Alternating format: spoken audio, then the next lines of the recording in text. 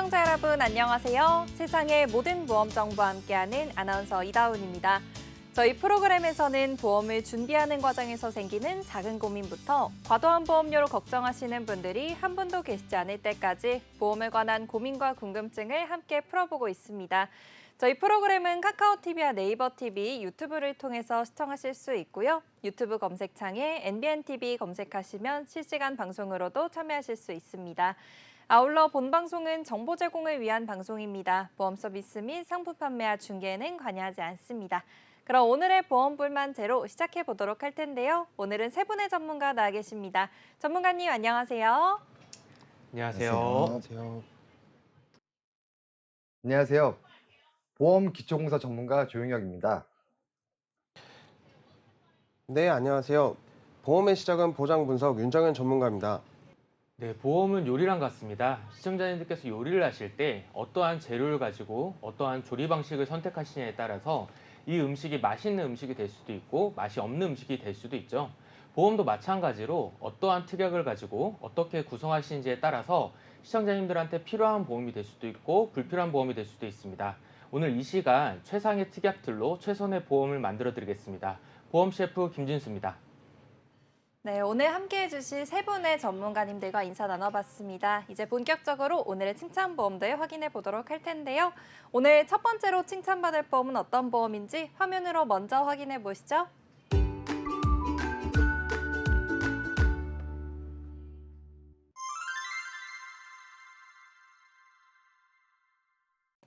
오늘 첫 번째로 칭찬받을 보험은 3대 질병 보험입니다.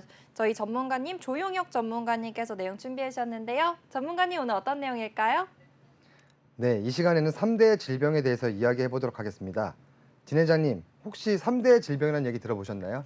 네, 3대 질병이라고 하면은 암이나 아니면 심장이나 뇌혈관 질환을 얘기하는 거 아닌가요? 네, 보험에서 3대 질병이란 한국인의 3대 사망 원인, 심혈관 질환, 뇌혈관 질환, 암 이렇게 세 가지를 3대 질병이라고 얘기하는데요. 심혈관 질환은 보통 혈압이 높아지는 고혈압이나 혈관이 좁아지는 협심증, 급성 심근경색으로 인해서 돌연사할 수 있는 질병이죠. 젊고 건강하던 사람도 갑자기 죽음이 찾아올 수 있는 병이기에 급작스러운 경우가 많습니다. 뇌혈관 질환은 뇌경색이나 뇌출혈로 인해서 손상이 오는 병입니다. 네. 사망이 이르지 않더라도 뇌세포가 많이 죽게 되면 정상적인 생활로 돌아오기 힘든 후유장애가 심한 질병입니다. 암은 따로 설명 안 드려도 다 아는 전 세계 사망 원인 1위의 병입니다. 정상세포가 아닌 암세포가 자라나서 면역력을 망가뜨리고 서서히 우리를 죽음에 이르게 하는 무서운 병이죠. 이렇게 3대 질병이라고 하는데 요즘에는 한층 더 성큼 우리 앞에 다가왔습니다. 젊은 사람들에게까지 잦은 발병이 일어나는 경우를 보셨을 거예요. 각각의 병에 대해서 한번 간단하게 살펴보고 어떤 것을 준비하는지 살펴보도록 하겠습니다. 네, 3대 질병이라고 하면은 암이나 아니면 심혈관, 뇌혈관 질환을 말하는데요. 그럼 우선 암부터 살펴보도록 하겠습니다. 전문가님, 암은 어떤 내용일까요? 2021년 기준하여 남녀 전체 통계 한 해 동안 약 27만 7천 명 정도가 암에 진단이 되었고 우리나라 국민들의 기대 수명인 평균 약 83세까지 생존할 경우 암에 걸릴 확률은 약 38% 정도였으며 남자는 5명 중 2명, 여자는 3명 중 1명, 암이 발생한 것으로 추정된다고 합니다. 그렇다면 암에 진단된 확률이 어떻습니까? 통계치를 통해서 보면 굉장히 높다는 것을 알 수가 있습니다. 이렇게 네. 높은 발병률을 보이고 있는 암이지만 의료 기술의 지속적인 발전으로 면역 항암제뿐만 아니라 최근 표적 항암제와 같은 새로운 치료 방법도 생겼죠. 그 결과 과거에는 약 40%에 불과했던 생존율이 현재에는 70%로 증가되어 많은 환자들이 완치 판정을 받고 있습니다. 그만큼 의료 기술이 발전되어 치료만 잘 받을 수 있다면 생존 가능성도 상당히 높다는 것이겠죠. 네, 의료 기술이 발전하면서 생존율이 높아진 암인데요. 이 생존율이 높아졌다는 의미에서는 좋은 것 같긴 한데 의료 기술이 계속 발달한다면 이 비용도 굉장히 많이 들진 않을까 하고 걱정이 됩니다. 전문가님 그렇다면 암을 치료하는 데 드는 치료 비용은 어느 정도가 발생할까요? 네, 국립암센터 통계표에 따르면 간암이 가장 많은 비용인 6,600만 원 정도 비용이 들어가고 췌장암이 6,300만 원, 폐암이 4,600만 원 정도 부담이 되고 있고요. 여성 1위암 유방암은 1,700만 원 정도 비용이 들어가는 것을 알 수 있습니다. 보통 실비에서 어느 정도 비용을 보장받는다라고 생각을 하고 계시는데요. 하지만 추가적으로 들어가는 암 치료 비용이나 퇴직으로 소득 단절 등을 생각했을 때 생활비까지 미리 고려하셔서 준비하셔야겠습니다. 그럼 만약에 암에 걸리면 어떤 상황들이 펼쳐질까요? 가장 먼저는 치료를 해야 되겠죠. 그리고 치료하는 과정에서 치료 기간 동안 경제활동이 어려워질 수도 있고 그로 인한 생활비 부족과 치료비 지출 등 감당하기 힘들어지는 상황이 발생할 수 있습니다. 그렇게 우리는 암이라는 병에 대해서 심각히 고민해 보지 않을 수 없는 것이고 현재 사망 원인 1위이며 발병률도 지속적으로 높아지고 있는 만큼 이런 위험에 대비하기 위해서도 암보험 준비는 반드시 필요하다고 여겨집니다. 그렇다면 암 진단비는 얼마 정도 준비하면 좋을까요? 진단비는 개인의 소득과 경제적인 상황에 따라 결정하는 것이 좋습니다. 각자의 소득과 경제적인 상황들은 모두 다르고 가지고 있는 가치관도 다 다르기 때문에 진단비의 가입 금액 설정은 각자의 상황에 맞게 신중히 결정해야 합니다. 암의 진단이 되더라도 내가 치료하는 기간 동안 부담이 없도록 한 달 생활비 플러스 치료비 비례해서 나의 경제적인 형편에 맞춰서 진단비를 설정하는 것이 좋습니다. 네, 암 진단비에 대해서 말씀 주셨는데요. 치료를 받는 동안 소득이 단절될 수도 있고 그리고 치료 비용도 많이 들기 때문에 암 진단비를 좀 준비해 두는 게 좋을 것 같습니다. 그렇다면 암보험에 대해서 좀 마지막으로 말씀 주시고 또 다음 질병으로 넘어가 보도록 할게요. 네, 암보험을 정리하자면 우리나라 사망 원인 1위, 발병률도 계속 높아지고 있고 치료 비용도 많이 들어가는 중대 질병인 암. 우리는 암보험을 통해서 혹시 모를 암 진단에 대비를 하는 것이 좋으나 얼마나 어떻게 준비하는 것이 좋을까? 이건 다음 설명할 심내혈관 보험도 마찬가지이긴 한데요. 첫 번째, 개인의 소득과 경제적인 상황 맞는 준비. 두 번째, 현재 개인의 연령을 고려한 준비. 세 번째, 개인의 가치관에 따라 가족력이나 특수한 상황을 고려한 준비. 결국 모든 정답은 각 개인에게 있습니다. 그러나 각 개인이 이런 다양한 통계와 지식을 기반으로 스스로 자기의 상황을 온전히 판단하여 보험을 잘 설정하고 검토하는 부분이 어려울 것입니다. 보험에 대해서 자세하게 이야기 나눠봤고요. 이어서 뇌혈관 질환, 심혈관 질환, 이 2대 혈관 질환으로 내용 넘어가 보도록 하겠습니다. 2대 혈관 질환은 어떤 내용일까요? 첫 번째, 사망률이 높다. 자료에서 보시는 바와 같이 2007년부터 꾸준히 2, 3위를 차지하고 있습니다. 매년 심뇌혈관 질환의 사망률은 순위권에서 벗어나지 않고 있는데요. 그리고 이 혈관성 질환으로 사망하지 않더라도 영구적인 후유장애를 일으킬 확률이 매우 높습니다. 이처럼 2대 질환은 굉장히 위험한 질병이기 때문에 그 경각심을 가지고 있어야 한다 생각을 합니다. 두 번째, 질병 치료를 위한 치료비가 굉장히 비쌉니다. 저는 보험사에서 판매한 상품 중에 필요 없는 상품은 없다고 생각하는데요. 많은 보험 전문가들이 보험을 준비하는데 순서가 있다고 말합니다. 실손을 포함한 암, 심장, 뇌담보를 뼈대담보라고 일컫는데 그 이유가 치료비가 비싸고 비중을 많이 차지하기 때문입니다. 심내혈관 치료비라 함은 크게 수술비, 입원비, 후유장애를 치료하는 재활 치료비가 있을 수 있는데요. 지금 보시는 자료는 2020년 분당 서울대 병원 기준 뇌혈관 수술 방법과 치료 비용을 나타내는 자료입니다. 뇌 동맥류부터 쉽게 설명드리자면 혈관이 부풀었을 때 그 부푼 혈관을 메어주는 코일 색전술, 부품 부위를 클립으로 막아 혈액의 우회를 도와주는 클립 결찰술, 그 밖에 경색 우회술, 혈전 제거술, 출혈 시 시행하는 개두입과 뇌정이술 등이 있는데 이 수술 비용이 굉장히 비쌉니다. 치료비뿐만 아니라 다음 자료에서 보시는 것처럼 평균 입원 일수 역시 최소 2개월, 길게는 4, 5개월까지 입원 일수가 길어 입원비와 간병비에도 큰 지출이 있습니다. 또한 혈관성 질환의 경우 심각한 장애를 남길 확률이 높기 때문에 재활치료비, 소득활동의 부재로 인한 가정의 가계비를 송두리째 무너뜨리는 심각한 질병입니다. 가장 중요한 것은 이 혈관성 질환은 근본적인 원인을 없애지지 않는 이상 한 번 질환을 겪은 환자가 재발할 확률이 매우 높다는 것입니다. 우리가 보험을 가입하는 이유가 무엇일까요? 내가 아프고 질병에 걸렸을 때 치료비를 마련하기 위함이겠죠. 보신 자료처럼 심장 질환 치료비는 평균 4,480만 원, 약 4,500만 원인데요.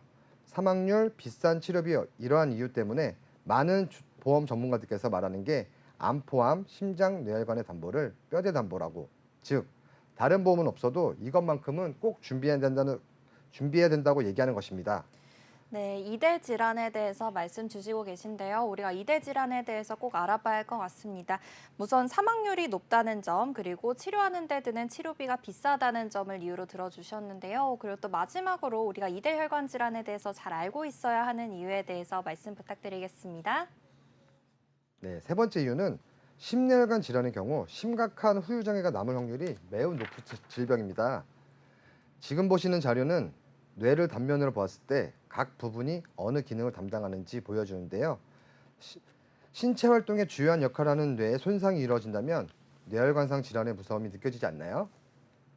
뇌혈관 질환의 가장 큰 무서움은 뇌혈관이 막히거나 터져서 뇌세포가 손상되는 질환이기 때문에 심각한 후유증을 남길 수 있다는 점입니다. 생명을 위협하는 것은 물론이거니와 손상된 뇌 부위에 따라 운동이나 언어장애 등 심각한 후유장애를 남기기 때문에 가장 무서운 질병을 손꼽히죠. 따라서 저 역시도 뇌혈관 관련 질환이 가장 무서운 질환 중 하나라는 것에 동감합니다.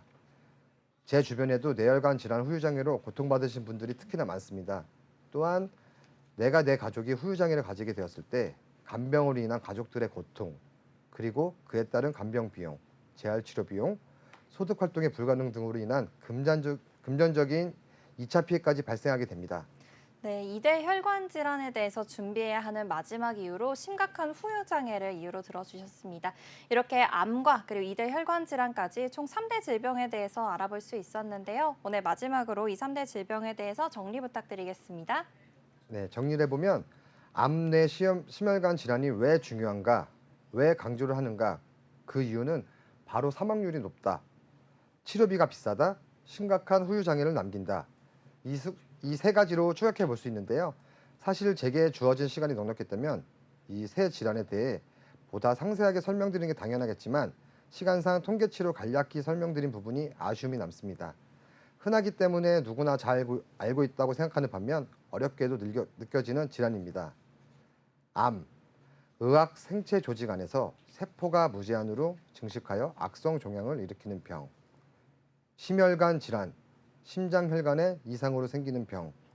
뇌혈관 질환, 뇌혈관이 터지거나 막혀서 나타나는 증상.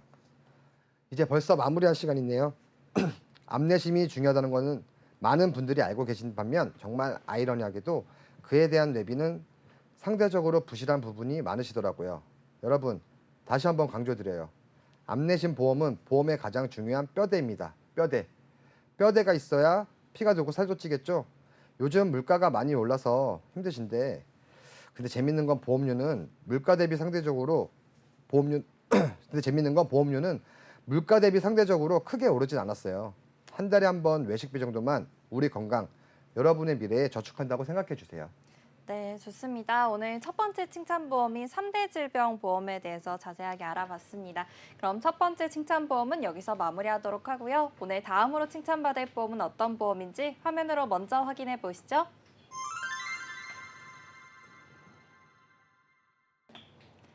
오늘 두 번째로 이야기 나눠볼 주제는 보험 리모델링의 필요성입니다. 오늘 윤정현 전문가님께서 내용 준비해 주셨는데요. 전문가님 오늘 어떤 내용일까요? 제가 이번에 보장 분석, 보험 리모델링의 필요성과 왜 필요한가에 대해서 이야기해 보겠습니다. 일단 이 방송을 시청하시는 시청자분들께서는 보장 분석이라는 주제는 정말 다양하게 다뤄왔던 주제고, 또한 담당 설계사라든지 주변 보험 전문가분들께서 정말 많이 언급했던 사항이라 어느 정도 보장 분석이 중요하다는 것은 익히 아실 거라고 생각이 듭니다.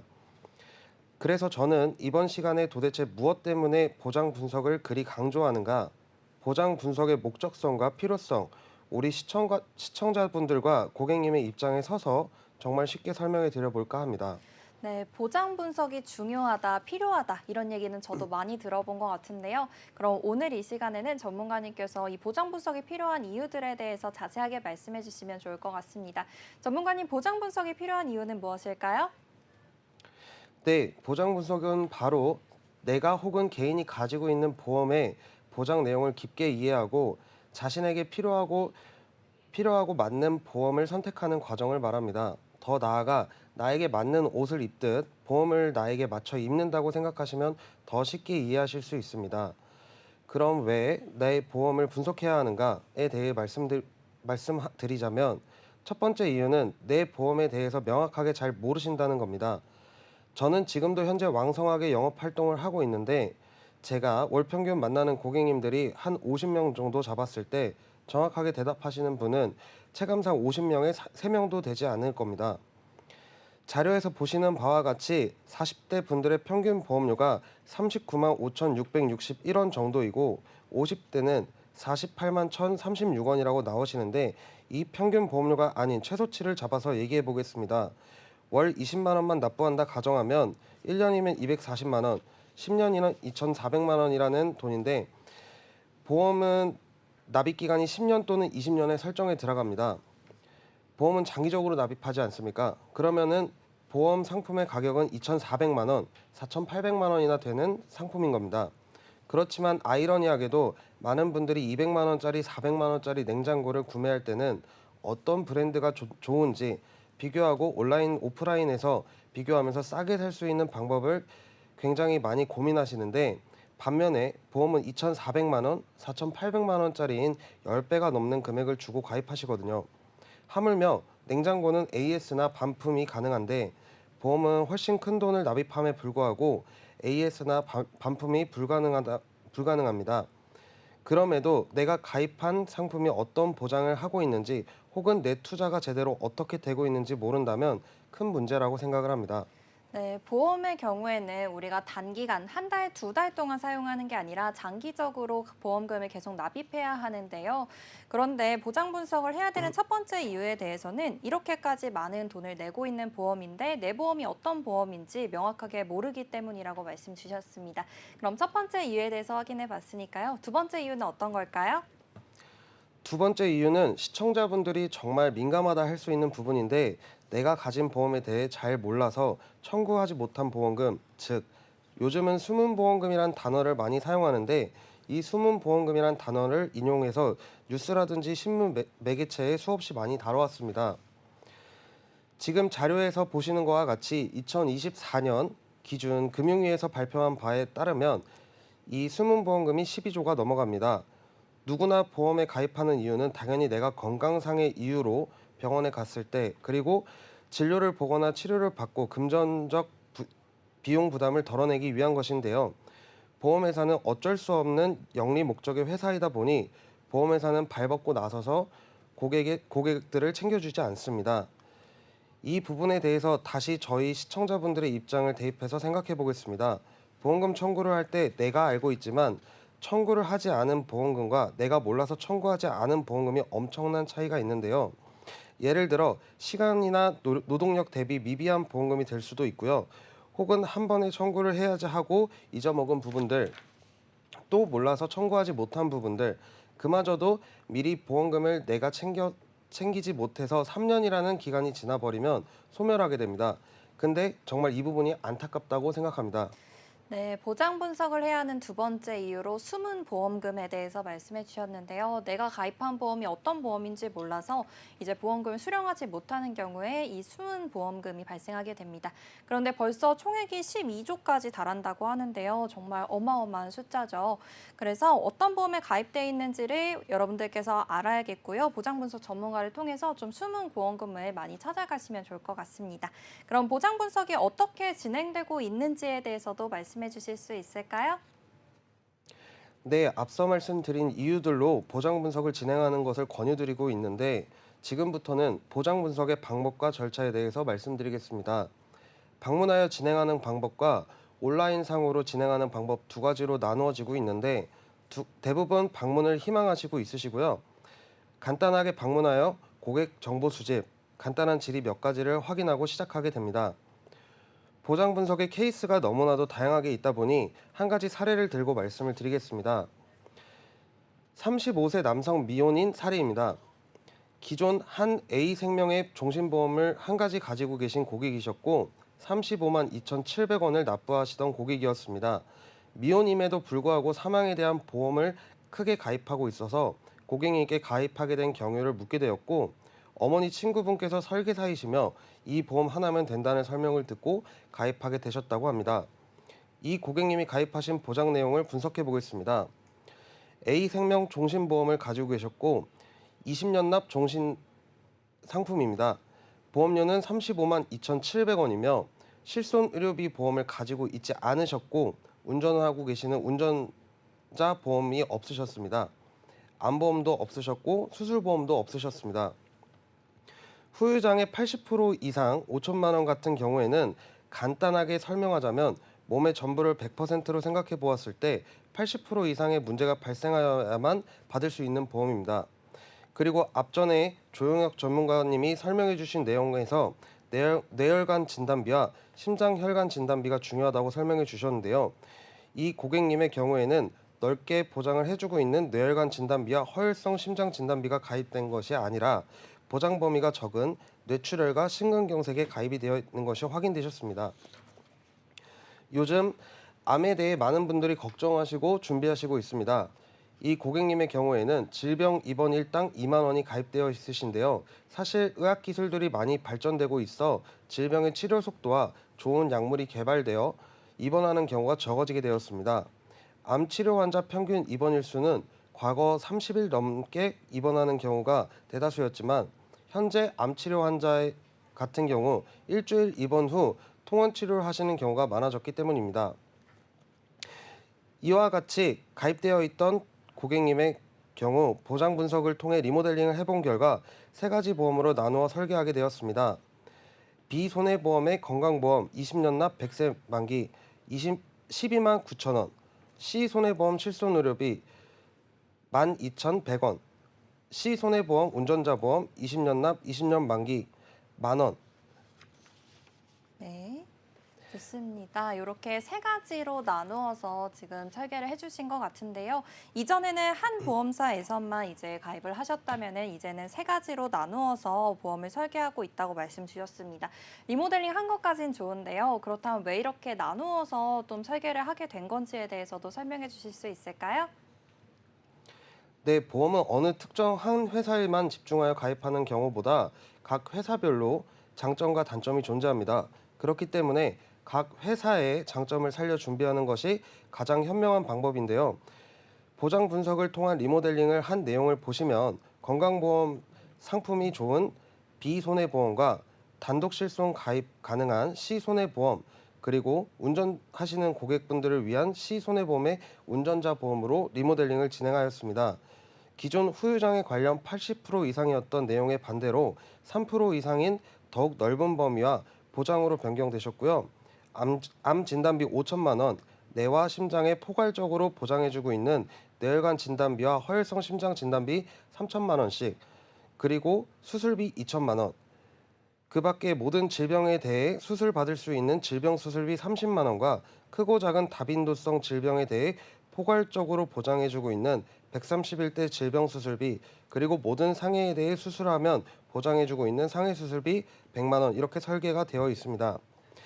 그리고 기존에 있지 않으셨던 실손 의료보험 실비도 추가가 되어 있어 유사시 가계 경제에 큰 부담이 될 수 있는 큰 질병 또는 상해에 대해 자산을 보호할 수 있게 되셨고요. 운전하는 사람에게 꼭 필요한 운전자 보험까지 준비할 수 있게 되었습니다. 네, 방금 전 보여주셨던 리모델링 전과 그리고 그 이후에 대해서 지금 비교해 주셨는데요. 확실히 금액적인 부분에서도 그렇고 또 보장받을 수 있는 보장 내용에서도 그렇고 많은 차이가 있는 것 같습니다. 이 내용에 대해서 좀 더 자세하게 말씀해 주실 수 있을까요? 네, 지금 말씀드리는 사례의 경우에는 기존에 납부하시던 보험료가 35만 2,700원에서 15만 1,100원으로 20만 1,600원이나 절감되는 것을 확인하실 수가 있고요. 남은 차액 20만 원으로 미래의 노후 자산으로 사용하실 수 있는 연금 보험까지 준비하셔서 현재와 미래를 위한 준비를 하실 수 있었습니다. 마지막으로 이처럼 내가 가지고 있는 보험에 대해 자세한 내용과 지식을 알게 되고 불필요한 보험의 손실을 방지하며 현재의 자산과 더 나아가 미래의 자산까지 확실하게 준비할 수 있는 보장 분석을 방송을 보시는 시청자분들께도 권유드립니다. 네, 보험 리모델링의 필요성에 대해서 알아봤습니다. 이렇게 두 번째 칭찬 보험도 마무리하도록 하고요. 다음으로 칭찬받을 보험은 어떤 보험인지 화면으로 먼저 확인해 보시죠.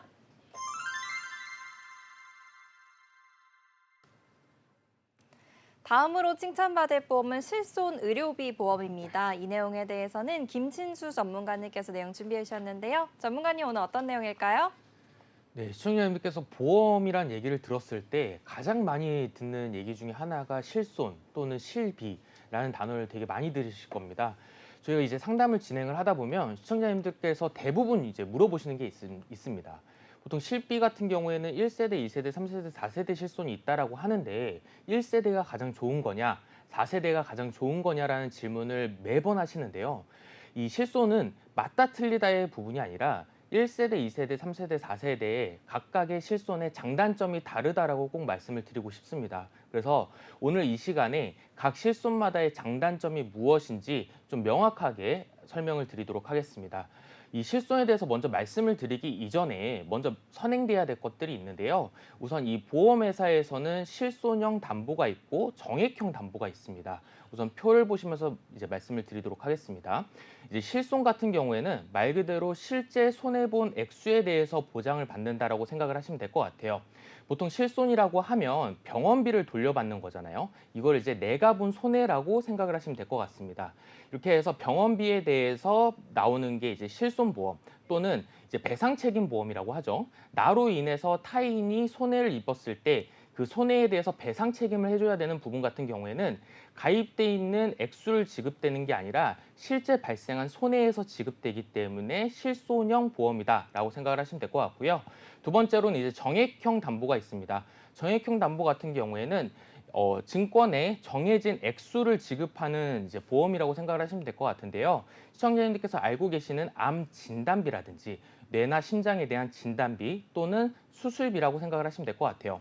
저희가 이제 암보험을 가입을 할 때 이제 가입을 하시고 나서 암의 진단을 받으면 3천만 원을 받는다라는 얘기를 들으시잖아요. 이건 이 증권상의 3천만 원이라는 액수가 정해진 겁니다. 그래서 정액형 담보라고 생각을 하시면 될 것 같아요. 이 실손형 담보의 특징은 비례 보상에 있습니다. 어떤 내용이냐면 실손보험을 여러 개를 가입을 한다라고 가정을 할게요. 두 회사에서 실손보험을 가입을 하고 병원비가 300만 원이 나왔다라고 했을 때 A보험사, B보험사에서 양쪽에서 300만 원씩 나오는 게 아니라 비례 보상으로 각각 보험사마다 150만 원씩 받는 걸 비례 보상이라고 생각을 하시면 될 것 같아요. 반면에 정액형 담보 같은 경우에는 중복으로 보상을 받는 거라고 생각을 하시면 될 것 같습니다. 많은 분들이 물어보세요. 나는 A 손해보험사에서도 암보험을 가입을 하고 B 손해보험사에서도 암보험을 가입을 했는데 내가 암의 진단을 받게 되면 A 보험사, B 보험사 둘 다 받을 수 있는지에 대한 여부를 많이들 물어보시는데요. 이 정액형 담보는 중복 보상입니다. 즉 여러 회사에서 가입을 하신다고 하시더라도 가입된 액수를 지급해야 되는 상황이 오면 중복으로 보상을 받는 게 이 정액형 담보라고 생각을 하시면 될 것 같습니다. 네, 이렇게 실손형 보상과 그리고 정액형 보상의 차이에 대해서 확인해 봤습니다. 그럼 오늘 이야기 나눠볼 이 실손 보험 같은 경우에는 실제 손해액만큼 보상을 해주는 보험인데요. 1세대부터 현재 4세대까지 나와 있다고 들었습니다. 그러면 각각의 이 실손 보험에 대해서도 좀 설명해 주실 수 있을까요? 네, 어떻게 보면 보험회사에서 보험들 중에서 가장 많이 이제 변화를 준 게 이 실손보험이지 않을까 싶습니다. 이 실손보험 같은 경우에는 사실상 제가 감히 말씀을 드리자면 전 세계에서 가장 좋은 보험이라고 생각을 하시면 될 것 같아요. 그 어떤 나라에서도 이 실제 발생한 병원비에 대해서 본인 부담금 10%, 20% 또는 0%를 공제하고 지급되는 보험회사는 전 세계 그 어디에도 없거든요. 그렇기 때문에 이 실손보험 같은 경우에는 이 전 세계에서 가장 좋은 보험인데 그만큼 각 변화가 있을 수밖에 없었습니다. 왜냐하면은 처음에 실손이 90년도 말에 맨 처음에 실손이라는 게 이제 맨 처음 탄생을 했어요. 근데 탄생을 했을 때 손해율 자체가 보험회사에서는 감당이 안 될 정도로 보험료가 많이 이제 병원비가 많이 지출이 돼서 보험금이 많이 지급이 됐거든요. 그렇기 때문에 보험회사는 이 실손 의료비에 대해서 개정을 할 수밖에 없었는데요. 우리나라에서 이제 크게 실손에 대해서 정식적으로 개정된 건 총 4번의 개정이 있었습니다. 이 4번의 개정에 있어서 첫 번째 개정을 가장 눈여기게 보셔야 되는데요. 보통 2009년 9월 이전에 가입하신 실손을 1세대 실손이라고 보시면 될 것 같습니다. 2009년 9월 이전에 가입하신 실손 같은 경우에는 모든 보험사에 있는 약관이 다 달랐습니다. 생손보 다 동일하게 어떤 보험사 같은 경우에는 전체 한도가 1억에 50만 원인데도 있었고요. 어떤 보험사 같은 경우에는 3천에 10만 원, 어떤 보험사 같은 경우에는 5천에 10만 원으로 모든 보험사들의 실손이 다 달랐다라고 생각을 하시면 될 것 같습니다. 있습니다. 그러던 와중에 이제 나라에서 사람들이 너무 이 실손에 대해서 헷갈려 하니까 약관을 통합시켜라라고 해서 만들어진 게 2세대 실손입니다. 2009년 10월부터 가입을 하신 실손이고요. 2017년 3월까지 판매가 되었습니다. 그러고 나서 이제 2017년 4월 달에 3세대 실손이 나왔습니다. 이 3세대 실손 같은 경우에는 시청자님들께서 다들 이제 한 번쯤 들어보셨을 거예요. 보통 이제 착한 실손이라고 많이들 이제 판매가 되었고요. 그러다가 2021년도 7월 달에 4세대 실손이 나왔습니다. 여기 표를 보시면 아시겠지만 1세대, 2세대, 3세대, 4세대 같은 경우에는 각 실손마다의 장단점이 뚜렷하게 있습니다. 우선 1세대 실손에 대한 장점에 대해서 말씀을 드리면요. 1세대 실손 같은 경우에 장점 같은 경우에는 본인 부담금이 대부분의 회사들이 거의 없다라고 보시면 될 것 같습니다. 그래서 병원에 가셔서 10만 원에 대한 병원비가 나왔다라고 하면 본인 부담금에 대한 차감 없이 10만 원이 그대로 지급되는 형태라고 보시면 될 것 같고요. 그다음에 갱신이라는 게 있습니다. 갱신 같은 경우에는 정해진 기간마다 보험료가 변동이 되고 이제 그 평생통으로 납입하시는 것이 이제 갱신형이라고 보시면 되는데 1세대 실손에 있는 갱신 주기 같은 경우에는 5년 갱신으로 상당히 갱신 주기가 길다라는 장점이 있습니다. 반면에 단점을 말씀을 드리면요. 이 1세대 실손 같은 경우에는 실제 발생한 병원비에 대해서 100% 돌려주다 보니까 사실상 한 번 갱신됐을 때 보험료에 대한 부분이 감당이 안 되실 정도로 갱신이 되는 부분들이 있습니다. 제가 뒤에서도 말씀을 드리겠지만 4세대 실손 이전까지는 1세대, 2세대, 3세대 같은 경우에는 이제 통합할증제로 운영이 됐거든요. 이게 무슨 말이냐면 내가 병원을 가지 않더라도 나랑 비슷한 연령대, 직업, 성별이신 분들이 병원을 자주 가시게 되시면 내가 병원에 간 의지랑은 상관없이 보험료가 올라가는 형태로 되어 있습니다. 하지만 앞서 말씀드렸다시피 1세대 실손 같은 경우에 본인 부담금이 없다라고 말씀드렸잖아요. 그렇기 때문에 보험료가 갱신되는 데 있어서 상당히 높은 수치로 갱신이 될 수 있다는 게 두 번째 단점으로 말씀을 드릴 수가 있겠고요. 2세대 실손 같은 경우에는 이제 약관이 통합이 됐습니다. 그래서 생명보험사, 손해보험사 모든 보험사들에 있는 보장 내용이 다 같다라고 보시면 될 것 같아요. 갱신 주기는 첫 번째는 처음에는 이제 3년 갱신으로 운영이 됐다가 중간에 1년 갱신으로 변경이 되었고요. 본인 부담금은 맨 처음에는 이제 급여 비급이 합쳐서 90%로 운영이 되어 있다가 급여 90%, 비급여 80%로 변경이 됐습니다. 3세대 실손 같은 경우에는 2017년 4월 달에 이제 착한 실손으로 나왔는데요. 아무래도 기존의 1, 2세대 실손 같은 경우에는 이 비급여 치료를 상당히 많이 받으셨습니다. 아시겠지만 도수 치료라든지 주사 치료에 대한 부분이 비급여에서 많이 이제 손해율이 발생을 해서 이 3세대 실손부터는 비급여 3종 치료가 이제 별도로 빠졌다라고 보시면 될 것 같습니다. 그래서 급여, 비급여, 입원 통원이 있고요. 여기서 비급여 MRI, 비급여 주사 치료, 그다음 비급여 도수 치료가 별도로 빠진 형태라고 보시면 될 것 같습니다. 앞서 말씀드렸던 갱신에 대한 형태는 1세대, 2세대, 3세대 같은 경우에는 통합할증제로 이제 운영이 되어 있어서 내가 병원에 간 거하고는 상관없이 보험료가 올라가는 형태라고 보시면 될 것 같습니다. 이렇듯 마지막으로 나온 실손, 지금 판매가 되고 있는 실손 같은 경우에는 이제 4세대 실손인데요.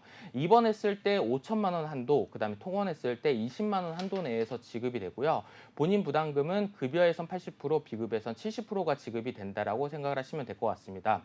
이렇게만 설명드리면 4세대 실손은 상당히 저렴하기 때문에 4세대 실손이 좋은 거 아닌가라는 생각을 이제 하시는 분들이 거의 대부분이신데요. 이 4세대 실손은 개인 할증제라고 말씀을 드렸죠. 시청자님께서 알고 계시는 자동차 보험이라고 생각을 하시면 됩니다. 내가 병원에 간 만큼 보험료가 올라가는 형태로 되어 있는데요. 이 4세대 실손 같은 경우에 비급여 치료를 얼마만큼 받으시냐에 따라서 보험료에 대한 갱신율이 달라지는데 예를 들어서 4세대 실손을 가입을 하시고 비급여 치료로 연간 300만 원 이상을 받았다라고 가정을 했을 때 이 4세대 실손 또한 보험료가 3배 정도 인상이 되거든요. 그렇기 때문에 어떤 실손이 좋다 나쁘다가 아니라 각 실손마다의 장단점이 다르고요. 그다음에 시청자님들 상황에 따라서 실손을 결정을 하시는 것이 가장 중요하다라고 말씀을 드릴 수가 있겠습니다. 네, 이렇게 1세대부터 4세대까지 어떤 차이가 있는지에 대해서 확인해 보고 있는데요. 근데 요즘에 또 많이 나오는 얘기들 중 하나가 4세대 실손으로 전환한다는 얘기를 참 많이 하잖아요. 그래서 현재 1세대 실손을 유지하고 계신 분들 중에서 어떤 분들이 4세대 실손으로 전환하는 게 유리할지 아니면 반면에 1세대 실손을 지금 유지하고 있는 분이라면 4세대 실손으로 가면 안 된다는 분들이 있을 것 같아요. 어떤 차이가 있을까요? 네, 우선 대부분의 분들이 이 실손을 전환을 하시고 싶어서 전환을 하시는 게 아닙니다. 1세대 실손이 보험료가 올라도 너무 많이 오릅니다. 예를 들어서 60세가 넘은 여성분들 같은 경우에는 내가 원래는 실손을 8만 원 정도 납입을 하고 있었는데 갱신이 되면서 20만 원, 30만 원 납입을 하라고 하면 당연히 이 실손에 대한 걸 전환을 하실 수밖에 없겠죠. 보통 이런 분들이 대부분 전환을 많이 하시고요.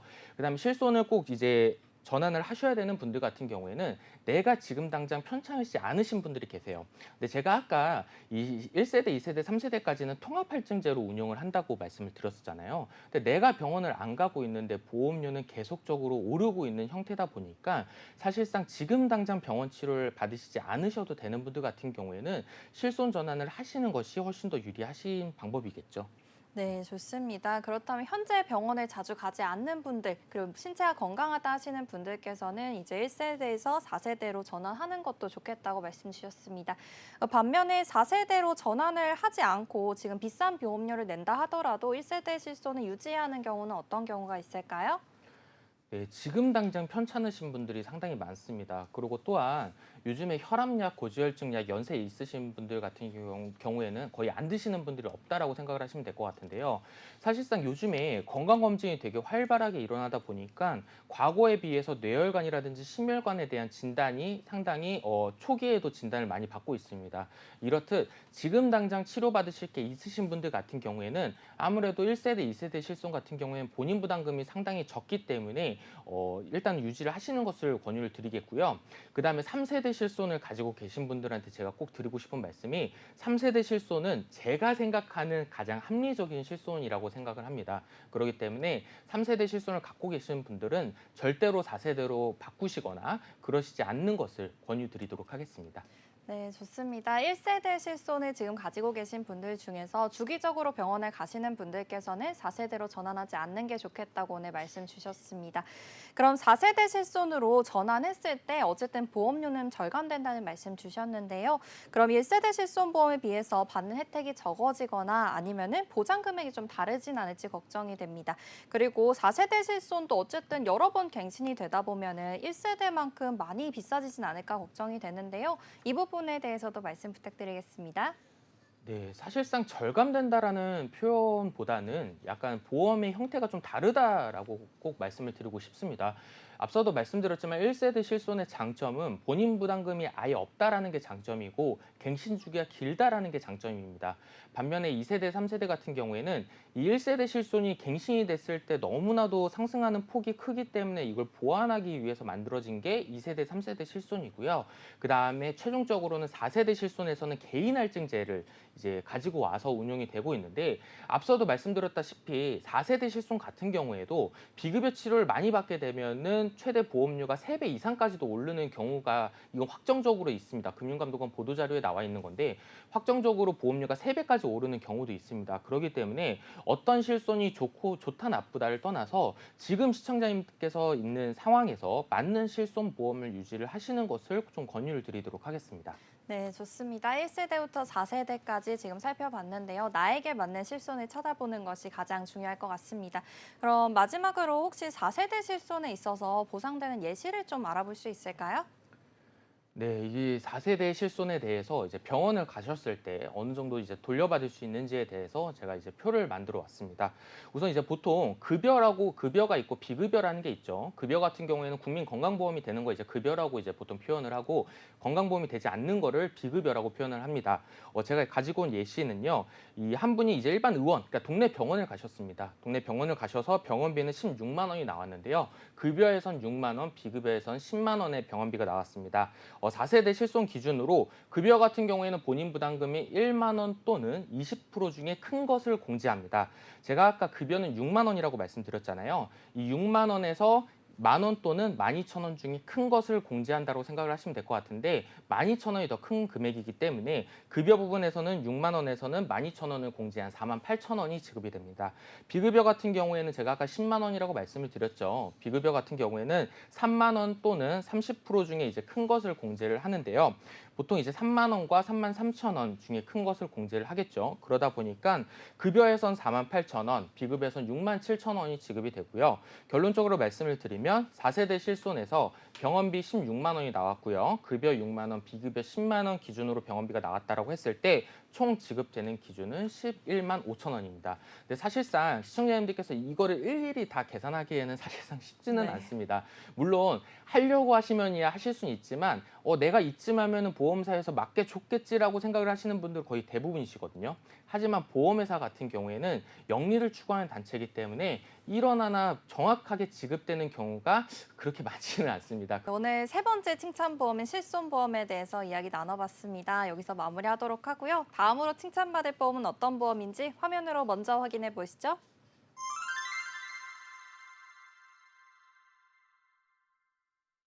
이번에 칭찬받을 보험은 갱신형 보험과 CI 보험입니다. 마찬가지로 김진수 전문가님께서 설명해 주실 텐데요. 전문가님 어떤 내용일까요?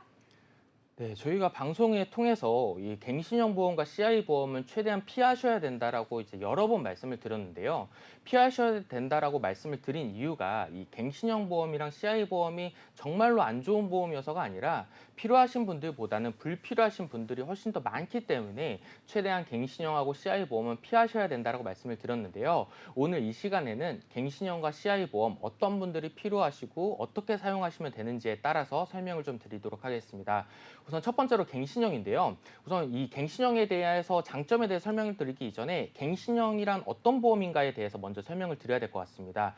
보통 이제 갱신형과 비갱신형이 있죠. 이 갱신형 같은 경우에는 정해진 기간마다 보험료가 변동되는 보험이라고 생각을 하시면 될 것 같습니다. 많은 분들이 갱신형이라고 하면 정해진 기간마다 보험료가 올라가는 보험이라고 생각을 하시는 분들이 많은데 일반적으로는 우상향하는 게 맞습니다. 근데 우상향한다고 생각을 드시는 이유가 질병 같은 경우에는 당연히 연세가 드시면 드실수록 발병률이 올라가기 때문에 질병에 대한 갱신형 같은 경우에는 보험료가 올라가는 형태로 되어 있지만 반대로 상해 같은 경우에는 떨어지는 형태로 되어 있습니다. 그런데 보험료 10만 원짜리라고 가입을 한다고 가정을 했을 때 9만 원에 대한 부분이 거의 질병이기 때문에 이 갱신형이라고 하면 보험료가 올라간다라고 생각을 하시는 분들이 많은데요. 정확히는 올라가는 보험이 아니라 보험료가 변동되는 보험이라고 생각을 하시면 될 것 같습니다.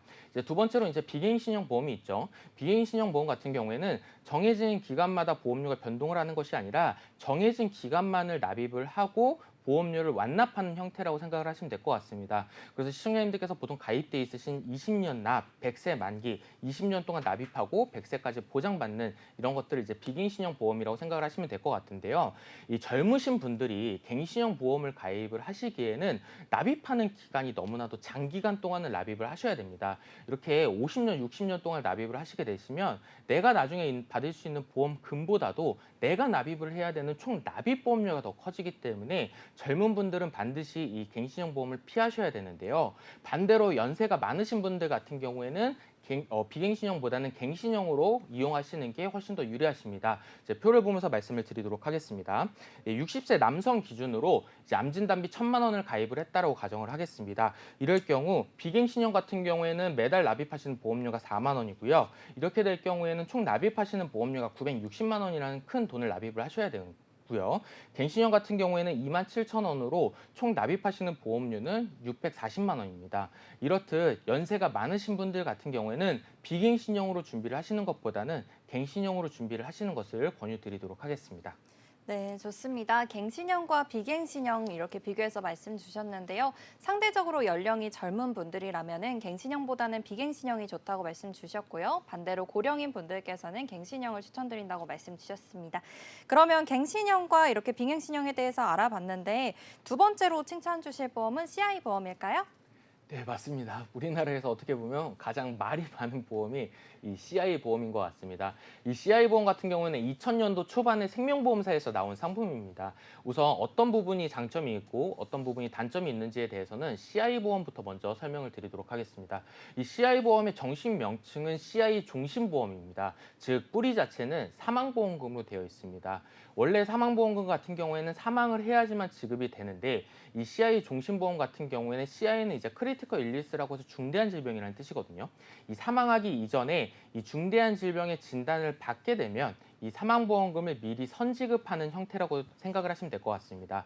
예를 들어서 사망보험금 1억 원이 있고 50% 선지급형을 가입하신 분이 있다고 가정을 하겠습니다. 이분이 중대한 질병에 걸리게 되시면 사망보험금 1억 원에서 50%인 5천만 원을 선지급을 받고 나머지 5천만 원은 나중에 사망하셨을 때 지급이 되는 형태인데요. 이렇게만 설명을 드리면 대부분의 시청자님들께서 이렇게 말씀하십니다. 내가 큰 병에 걸렸을 때도 보장을 받을 수 있고 사망도 보장을 받을 수 있기 때문에 좋은 보험 아닌가라고 이제 대부분의 분들이 이렇게 말씀을 하시는데요. 여기에는 큰 함정이 포함이 되어 있습니다. 여기 말씀드린 중대한 질병이라든지 중대한 수술 같은 경우에는 대부분 이제 보장받기가 어려운 구조로 되어 있습니다. 이 보험회사 CI 보험에서 말하는 중대한 질병 같은 경우에는요. 중대한 암, 중대한 뇌졸중, 중대한 급성 심근경색, 그다음에 말기 간, 폐, 신장이 있고요. 여기 LTC가 있습니다. LTC 같은 경우에 롱텀 케어라고 해서 장기 요양 등급 상태라고 생각을 하시면 될 것 같습니다. 이 장기 요양 같은 경우에는 병원에서 이제 책정을 하는 게 아니라 요양센터 나라에서 지금 하고 있는데요. 나라에서 있는 요양센터 같은 경우에는 1등급부터 5등급까지가 있습니다. 5등급이 가장 경미한 질환이고 1등급이 가장 중증 질환이라고 생각을 하시면 될 것 같은데 이 CI 보험에서 말하는 LTC 상태 같은 경우에는 가장 중증 상태인 1등급에서 2등급까지만을 보장을 하고 있기 때문에 LTC도 상당히 받기가 어려운 구조로 되어 있다고 생각을 하시면 될 것 같습니다. 그럼 왜 어려운지에 대해서 제가 약관상 나와 있는 내용을 이제 설명드리겠습니다. 이제 보험사에서 이제 그 CI 보험에 있는 가장 문제가 되는 것 중에 하나가 중대한 뇌졸중 진단입니다. 일반적으로 이제 손해보험사 같은 경우에는 진단비를 수령을 하시려고 하시면 약관상 나와 있는 질병 코드를 받으면 보험사에선 바로 지급하는 형태로 되어 있습니다. 하지만 이 CI 종신보험에는 조건이 붙습니다. 표를 보시면요. 중대한 뇌졸중의 진단을 받으신 다음에 신경학적 결손증으로 인한 일반 생활 후유 장애가 25% 이상 동반되어야 됩니다. 이게 무슨 말이냐면요. 중대한 뇌졸중을 진단을 받으신 다음에요. 혼자서 먹지 못하고 씻지 못하고 걷지 못하고 입지 못하는 것을 6개월 동안 2가지 이상을 반복을 해야 된다고 생각을 하시면 될 것 같습니다. 즉 한마디로 정리를 해드리자면 이 CI 종신보험 원래는 사망해야지만 나오는데 미리 이제 큰 병에 걸렸기 때문에 미리 선지급을 해주는 보험이 아니라요. 사실상 죽을 만큼 아프기 때문에 이 사망보험금을 미리 주는 보험이다라고 생각을 하시면 될 것 같습니다. 네, 좋습니다. 이렇게 CI 보험에 대해서 알아봤는데요. 굉장히 까다로운 보험인 것 같습니다. 우리가 지급을 받기가 굉장히 어려울 보험일 것 같은데 오늘 이 CI 보험을 칭찬하시는 이유가 무엇일까요? 네, 시청자님 명확하게 알고 계셔야 됩니다. 모든 CI 보험을 설명드리는 게 아니고요. 2006년 이전에 가입하신 CI 보험입니다. 보통 이제 암 진단비라고 하면 일반암 진단비가 있고 유사암 진단비가 있죠. 2024년도 기준으로 유사암 같은 경우에는 갑상선암, 경계성 중이암, 제자리암, 기타 피부암 등이 있는데 2006년도 이전에 가입한 실손의 가장 큰 장점은 갑상선암도 일반암으로 보장을 해준다라는 겁니다. 앞서서 말씀드렸던 제 그 4가지 유사암 같은 경우에는 2024년도 기준으로 가입 금액에서 10% 또는 20%만을 지급을 합니다. 이게 무슨 말이냐면 2024년도 기준으로요. 갑상선암의 진단을 받고 1,000만 원의 보험을 가입을 했다라고 하면 1,000만 원의 10%에서 20%인 100만 원에서 200만 원만 나옵니다. 하지만 2006년도 이전에 가입한 CI 보험 같은 경우에는 갑상선암도 일반암으로 보장을 받을 수가 있습니다. 우리나라에서 가장 많이 걸리는 암 1위가 대표적인 게 갑상선암이거든요. 그렇듯 갑상선암의 진단을 받으시는 분들이 상당히 많으신데요. 2006년도 이전에 가입하신 이 갑상선암 같은 경우에는 일반암으로 보장을 하기 때문에 뭐 적게는 5천만 원, 많게는 2억 원까지 보장받으시는 분들이 계시거든요. 그렇기 때문에 2006년도 이전에 가입하신 CI 보험, 내가 CI 보험을 가지고 있어서 너무 좀 슬퍼하지 마시고 그대로 잘 유지하시는 것을 권유를 드리도록 하겠습니다. 네, 갱신형 보험까지 그리고 CI 보험까지 살펴봤습니다. 오늘 저희가 준비한 소식은 여기까지입니다. 저희 프로그램은 카카오TV와 네이버TV, 유튜브를 통해서 시청하실 수 있고요. 유튜브 검색창에 MBNTV 검색하시면 실시간 방송으로도 참여하실 수 있습니다. 아울러 본 방송은 정보 제공을 위한 방송입니다. 보험 서비스 및 상품 판매와 중개에는 관여하지 않습니다. 그럼 오늘의 보험불만 제로 여기서 마무리하도록 하겠습니다. 지금까지 시청해주신 여러분 모두 고맙습니다.